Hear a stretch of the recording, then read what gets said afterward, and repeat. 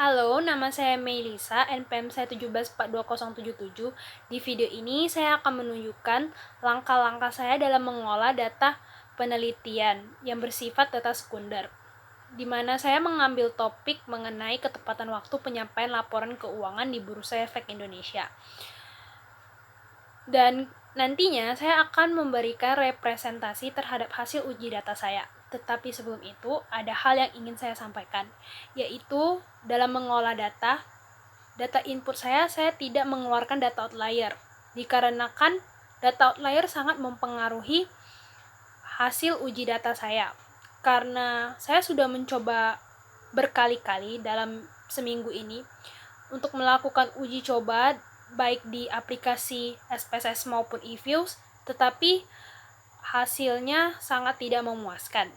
5 variabel independen saya dari 6 variabel independen saya menunjukkan hasil tidak signifikan. Lalu saya memutuskan untuk tetap mempertahankan outlier dan hasilnya jauh lebih bagus. Dan saya juga sudah melakukan konfirmasi kepada dosen statistika. Beliau bilang bahwa data outlier memang tidak wajib untuk dikeluarkan kalau sudah mempengaruhi hasil uji data. Jadi dikarenakan ini masih periode kurun waktu 4 tahun, saya tetap mempertahankan data outlier saya. Apabila nanti sudah diupdate, ada kemungkinan data outlier saya bisa saya buang. Tapi harus dilihat lagi dengan situasi yang akan datang. Jadi ini video tutorialnya akan saya mulai.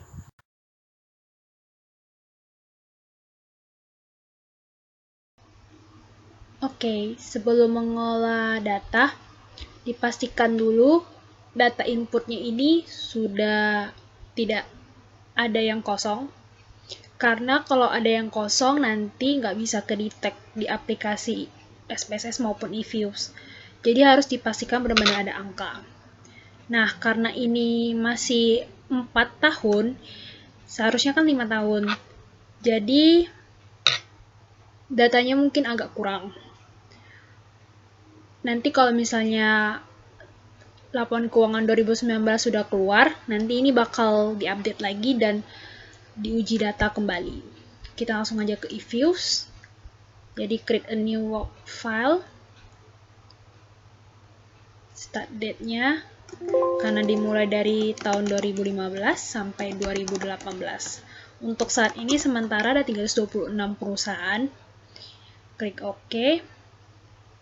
Saya nggak pakai import, biasa import file, tapi karena saya pernah menemukan bahwa kalau import file itu filenya itu nggak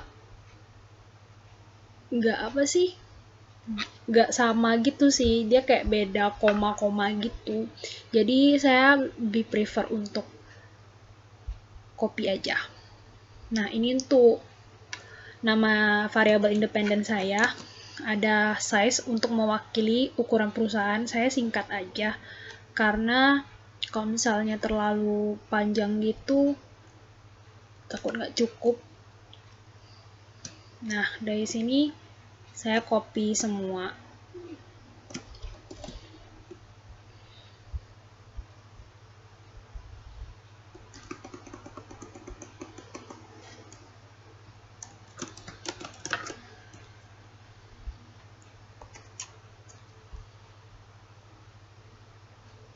Klik yes. Begitu juga dengan variabel independen lainnya.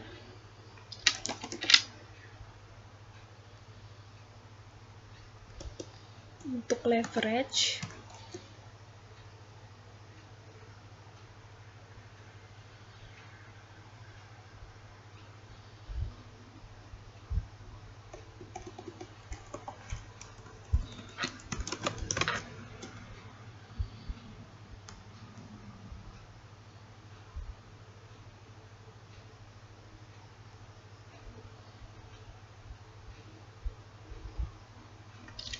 Untuk ukur profitabilitas,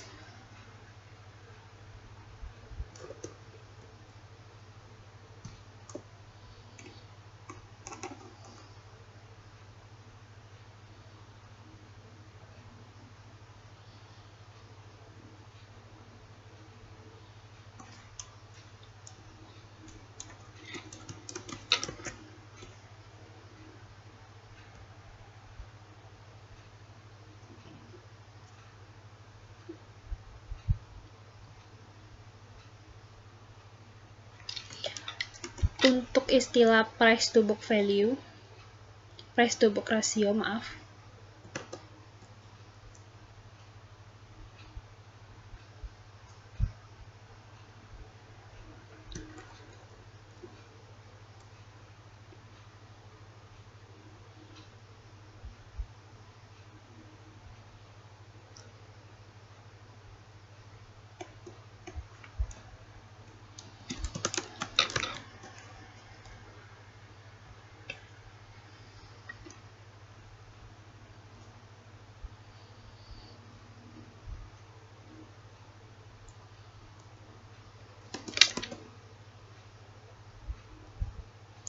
Untuk dividen per share,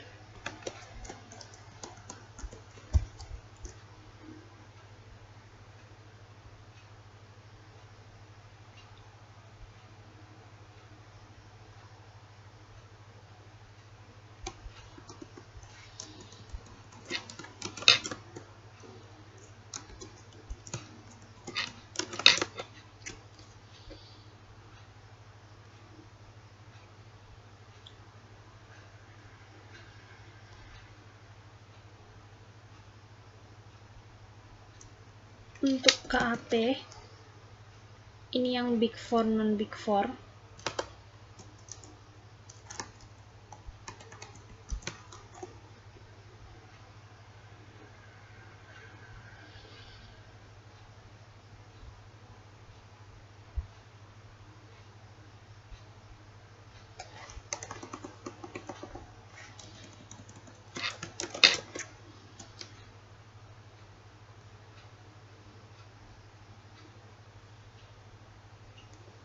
Kemudian untuk variabel dependennya, saya kasih istilah timeline saja.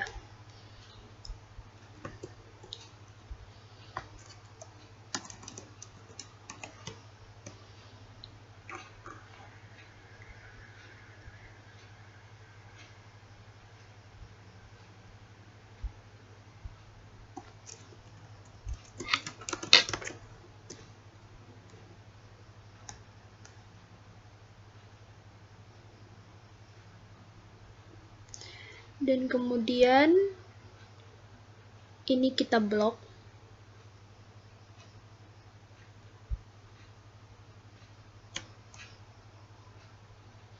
Open as group.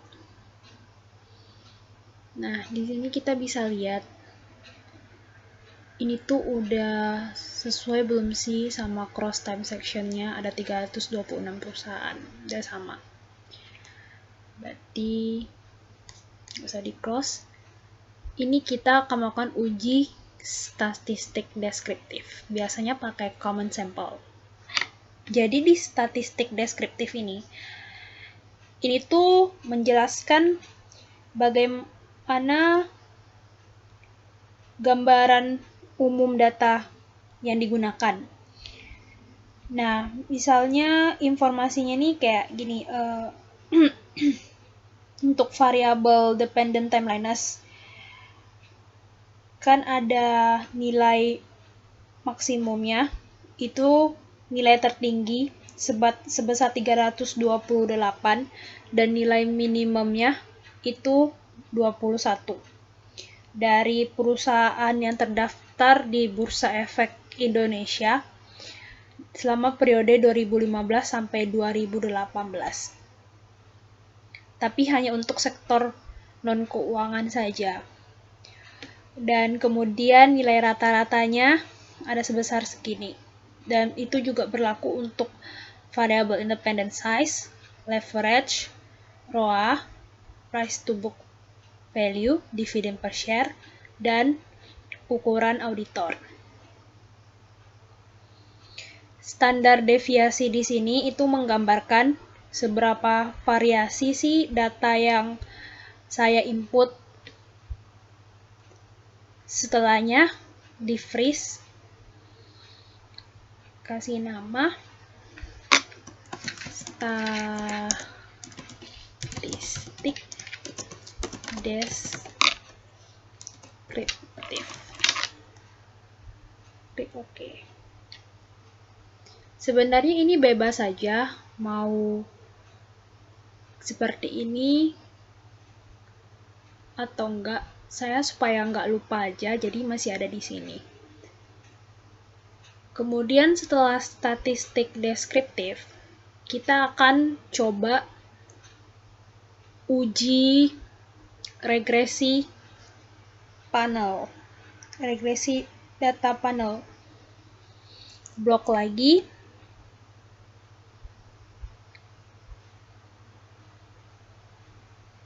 Ini karena saya mau berurut aja ya, jadi kayak bener-bener berurut gini. Tapi kalau mau juga nggak apa-apa. Open as equation. C-nya itu coefficient, biasanya diletakin untuk variabel independen. Panel option, oke.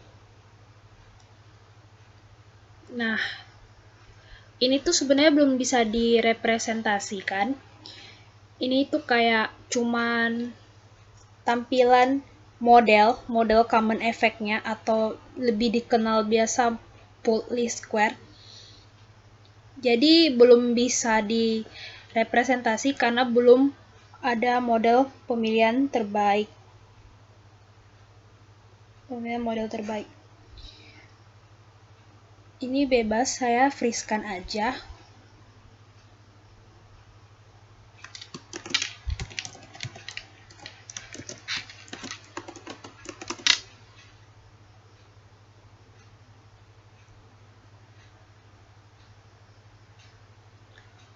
Kemudian estimate.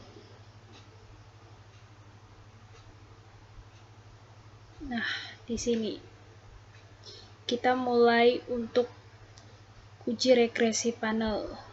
Di sini juga belum dapat dalam bentuk yang bisa dibaca data panelnya, karena kita belum tes ke sini. Tapi sebelum itu di freeze-kan aja dulu.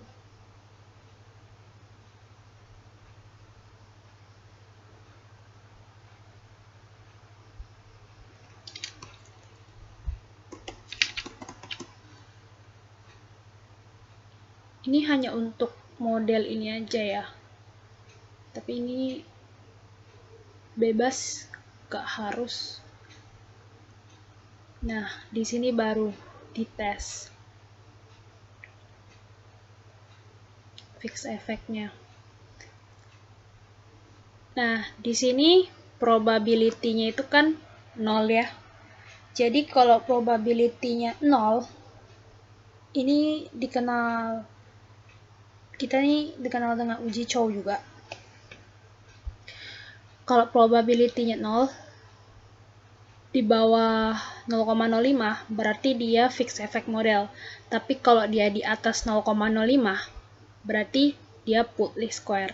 Jadi kalau kayak gini sudah bisa terlihat bahwa model pemilihan terbaiknya itu untuk langkah ini itu fixed effect model. Tapi kalau udah full least square berarti nggak usah dilanjutin lagi. Sementara kalau misalnya fixed effect model ini kan uji Chow nih. Habis uji Chow masih ada uji yang namanya uji Hausman.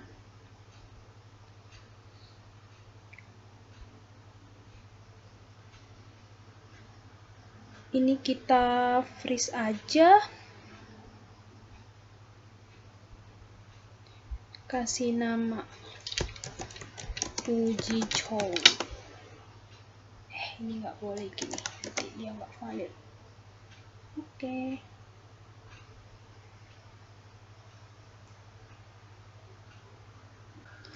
Selanjutnya, setelah uji Chow selesai, dilanjutkan dengan uji Hausman. Karena pemilihan model terbaiknya itu fixed effect model, maka dia harus dilanjutin. Kita harus ke estimate dulu, ubah panel optionnya jadi cross sectionnya jadi random. Nah, di sini juga masih belum bisa direpresentasi karena belum di testing. Ya, ini Hausman test. Jadi di sini kalau misalnya dia di bawah 0,05, dia itu Hausman test itu ada dua. Fixed effect model dan juga random effect. Nah, karena dia kalau misalnya di bawah 0,05 dia fixed effect model, kalau di atas 0,05 berarti dia random effect. Nah, ini udah bisa terlihat jelas cross sectionnya dengan probability 0,0039. Dia di bawah 0,05. Berarti model pemilihan terbaiknya itu fixed effect model.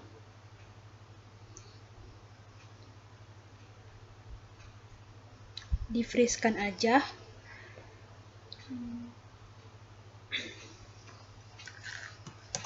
Uji Hausman.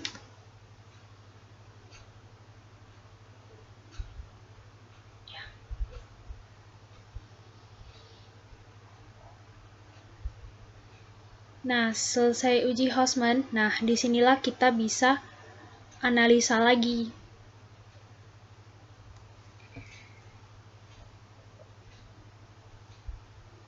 Uji Hausman ini kan menunjukkan bahwa model pemilihan terbaiknya itu fixed effect model.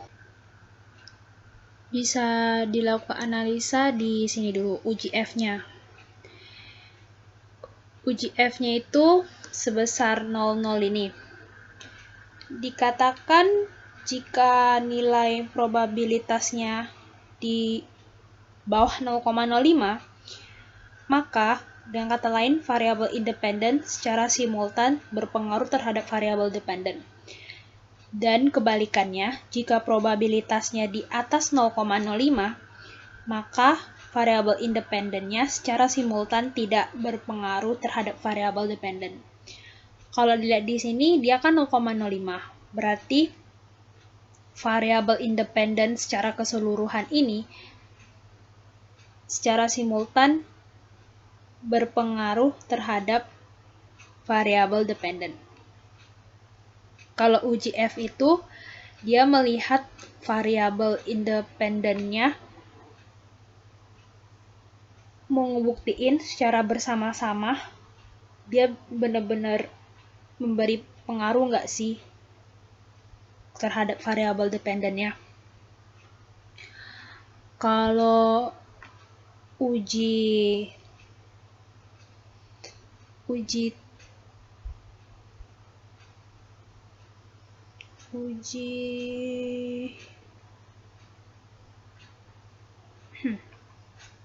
kalau uji T,